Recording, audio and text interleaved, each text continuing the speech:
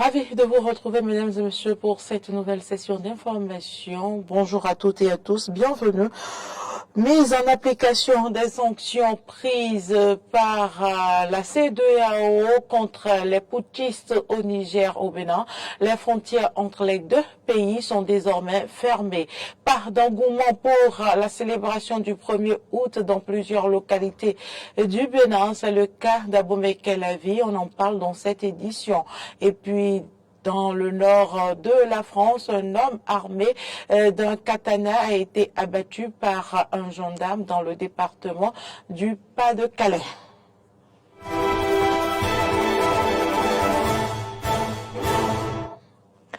Merci pour l'attention. Je l'annonçais dans les titres, le Bénin applique l'une des sanctions de la CEDEAO contre le Niger après le coup d'État militaire qui a renversé le président Mohamed Bazoum.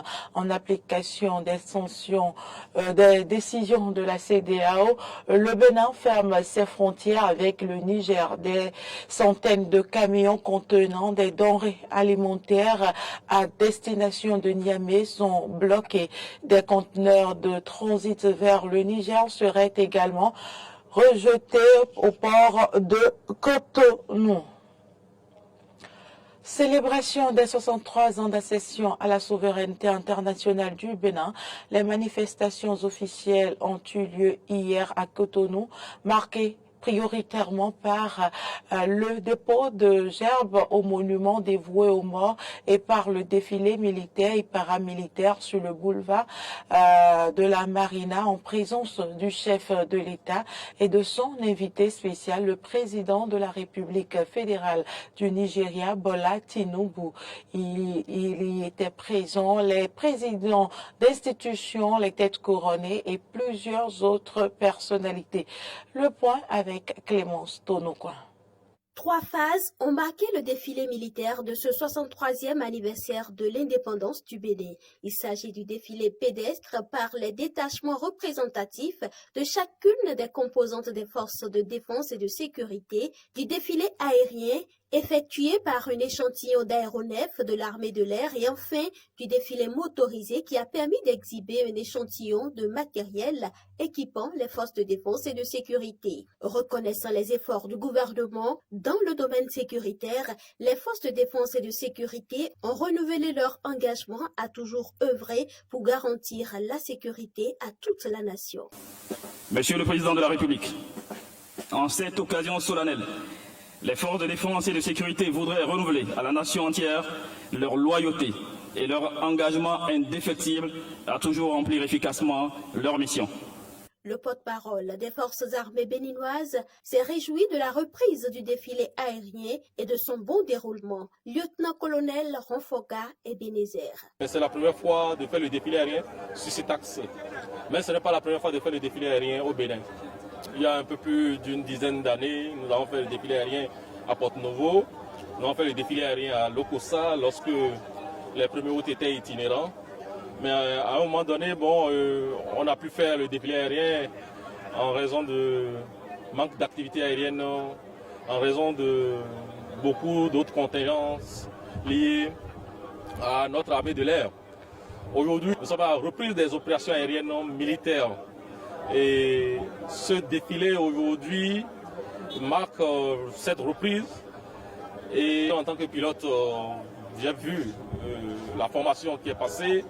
C'est une formation de grande qualité. La figure que vous avez vue aujourd'hui, c'est une figure qui nécessitait une certaine dextérité, un certain professionnalisme digne de ce nom des équipages. Et ça a été respecté. Nous avons eu ce matin, de manière un peu particulière, une contrainte météorologique qui pouvait nous empêcher de faire le passage. Et malgré cela, nous avons fait le passage dans les timings qui sont prévus et ça a été bien. Je dis félicitations à nos équipages et je dis encore merci pour les autorités militaires et politiques qui ont bien voulu que nous fassions ce défilé ce matin. L'exécution de l'hymne national en Fongbé et une note artistique ont mis un terme à la célébration officielle du 63e anniversaire de l'indépendance du Bénin. Alors que le défilé militaire a focalisé l'attention des populations de Cotonou dans certaines localités comme à Bomekalavi, le 1er août n'a pas connu grand engouement. C'est du moins le constat fait par Frédéric Espoir Oumabou. Bien que la commune d'Abomey-Calavi dispose sur son territoire d'un camp militaire, presque rien n'a signifié la célébration de la fête de l'indépendance ce mardi 1er août 2023 dans la commune. D'Adjagbo, en passant par Mississinto, Arconville, pour arriver à Calavi-Kota, aucun événement majeur ne semble marquer de façon particulière la célébration des 63 ans d'anniversaire d'accession de notre pays à sa souveraineté nationale. Seuls quelques drapeaux placés de façon éparse sur certains carrefours principaux et quelques édifices publics de la commune rappellent au peuple l'imminence d'une possible fête. Pourtant, une cérémonie de dépôt de gerbes a été bien faite à l'hôtel de ville. Une cérémonie qui a réuni une poignée d'agents de la police républicaine et quelques citoyens. Nous venons de là-bas et puis nous sommes venus maintenant à Bomekalavi, sur la terre de Foufou Djaka, pour nous incliner devant les morts de la commune de Bomekalavi, ces vaillants citoyens qui ont œuvré et contribué pour le développement de cette commune. L'œuvre que nous poursuivons aujourd'hui. C'est pour ça que, après Cotonou, après avoir assisté aux manifestations officielles de Cotonou, nous sommes revenus sur notre terre pour sacrifier également à la tradition. Je saisis l'opportunité pour souhaiter une très bonne fête de l'indépendance à toute la population d'Abomey-Calavi.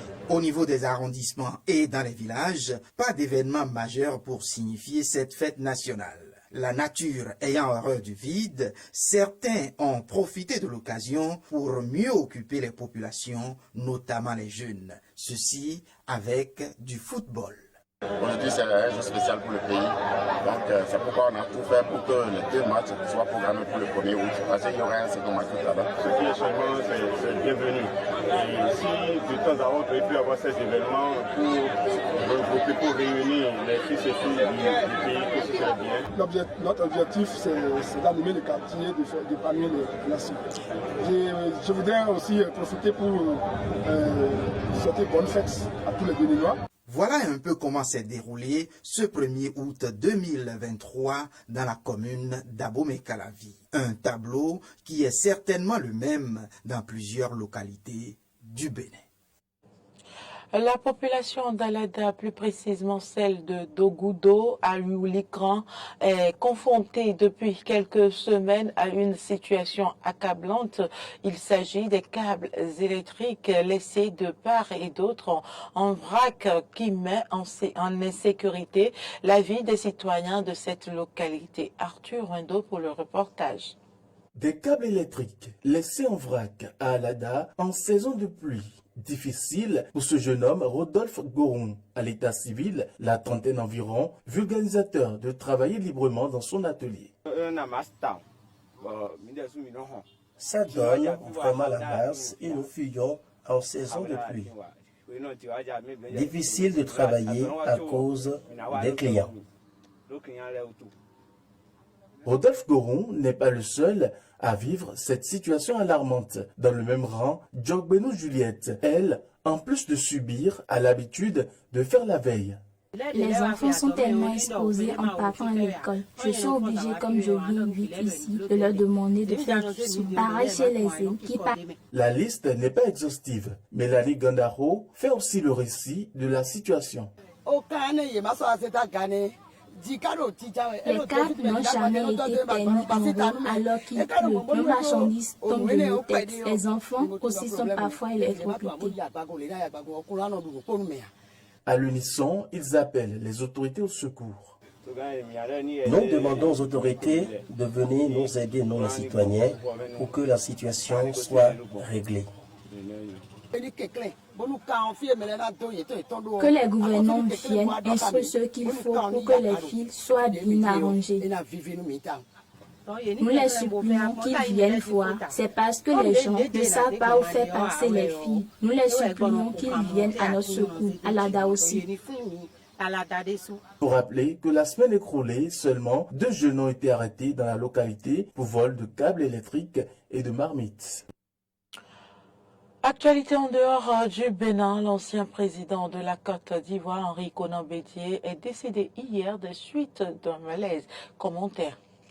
L'ancien président Henri Konan Bédié a tiré sa révérence hier à l'âge de 89 ans des suites d'un malaise. C'est aux environs de 18 h à Daoukro, Abidjan, où l'ex-président avait été évacué qu'il est décédé. Il est le président du Parti démocratique de la Côte d'Ivoire, PDCI. Le défunt fut ambassadeur aux États-Unis, ministre de l'économie et des finances sous l'ex-président Félix Houphouët-Boigny. Devenu président en 1997, Henri Konan Bédié a été renversé par un coup d'État.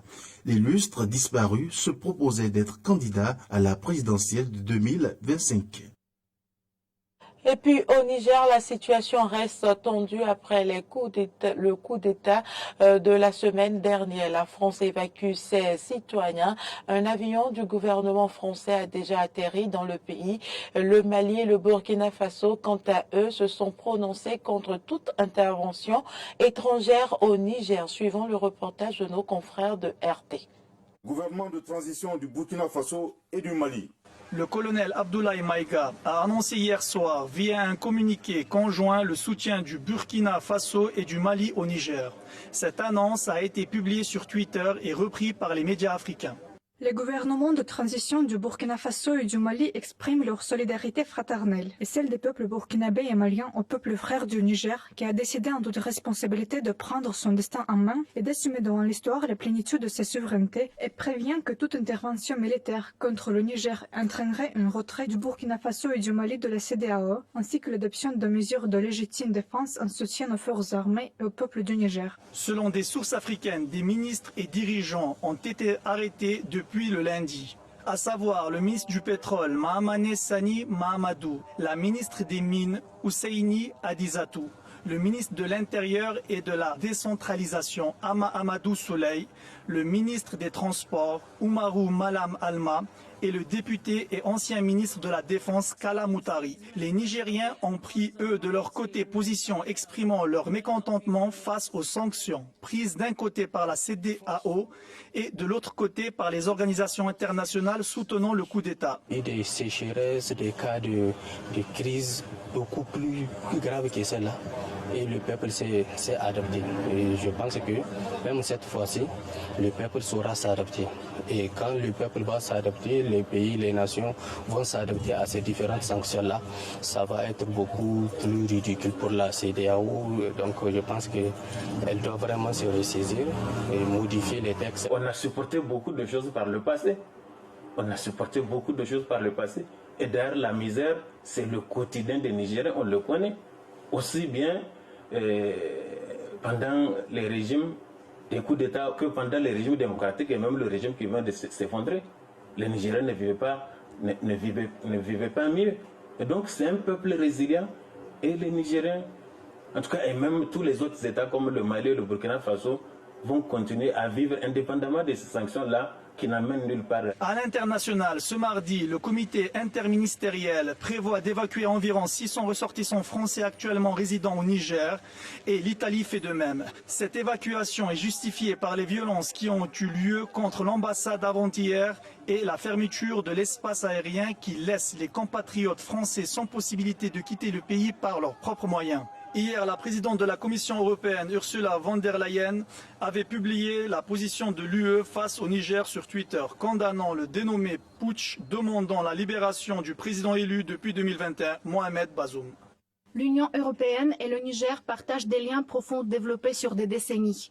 L'attaque inacceptable contre le gouvernement démocratiquement élu met ces liens en danger. Je soutiens les décisions de la CEDEAO et son rôle actif pour un retour rapide à son poste du président Bazoum. Finalement, les pressions restent hautes entre le Niger, les pays d'Afrique et les Occidents après la décision de la CEDEAO et de l'ONU de prendre position contre le coup d'État effectué par Amadou Abdourahmane en faveur du président renversé qui est d'ailleurs toujours détenu par les militaires révoltés. Rappelons que le Burkina Faso et le Mali, pays voisins dirigés par des militaires, ont mis en garde contre toute intervention armée au Niger. Dans le nord de la France, un gendarme a été abattu par un homme armé d'un katana, ce sabre japonais qu'il refusait de lâcher. L'incident s'est produit dans la commune d'Iziberg, dans le département de Pas-de-Calais. Les détails. Le sexagénaire avait un conflit avec ses voisins avant l'arrivée des forces de l'ordre. Il a désobéi aux ordres et s'est dirigé avec son arme en direction des forces de l'ordre. Un des gendarmes a tiré dans les jambes de l'homme, mais celui-ci a continué à avancer. Le deuxième tir a atteint son abdomen. Les médecins arrivés sur place n'ont pas pu le sauver. Une vérification en interne sur la légalité des actions du gendarme a été enclenchée. L'incident a suscité bien des réactions sur les réseaux sociaux. Aucune circonstance précise pour expliquer. Papy de 66 ans, balle dans les jambes et dans le torse, pourquoi les deux? Les gars sont à ce point mauvais au tir à 10 mètres et tous les beaux qui n'ont jamais eu affaire aux forces de l'ordre, eux, soutiennent aux forces de l'ordre. La balle dans la jambe suffisait, il n'y avait plus qu'à gagner du temps. L'homme n'étant déjà plus une menace crédible, la victime n'était certainement pas un ninja.